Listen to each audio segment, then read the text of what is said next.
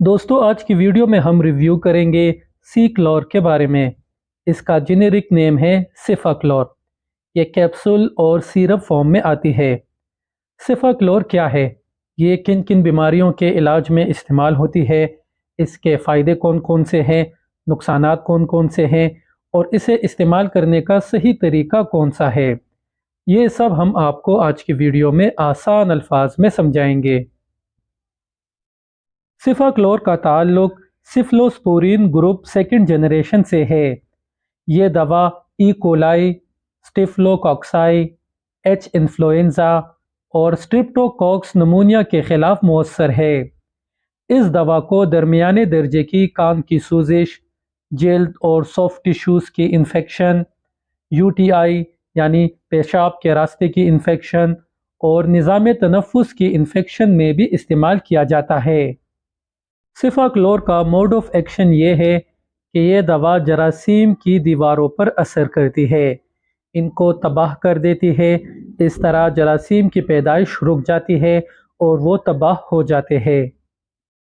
دوستو اب بات کرتے ہیں سیفاکلور کے ایڈورس ری ایکشن یعنی اس کے بد اثرات کے بارے میں۔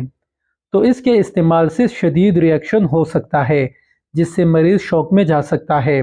اس کے علاوہ متلی ہو سکتی ہے، قے ہو سکتی ہے، پیٹ درد ہو سکتا ہے، اسہال آ سکتے ہیں، عورتوں میں ویجائنا کی خارش ہو سکتی ہے، جلد کی خارش ہو سکتی ہے، سر درد ہو سکتا ہے، چکر آ سکتے ہیں، جسمانی تھکاوٹ ہو سکتی ہے۔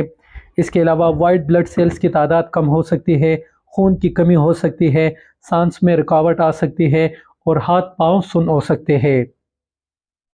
اب بات کرتے ہیں سیفاکلور کے دیگر ادویات سے تعلق یعنی اس کے ڈرگ انٹریکشن کے بارے میں۔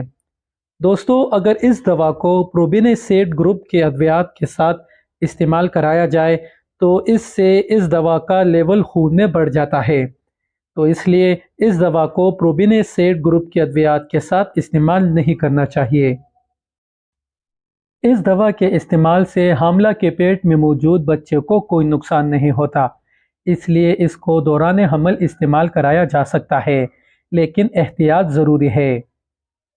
دوستو سیفاکلور استعمال کرنے سے پہلے اپنا کلچر ٹیسٹ لازمی کروائے تاکہ جراثیم کے بارے میں معلومات ہو۔ اس کے علاوہ اسے کھانے کے ساتھ استعمال کرائے، اس سے متلی اور قے میں کمی آتی ہے۔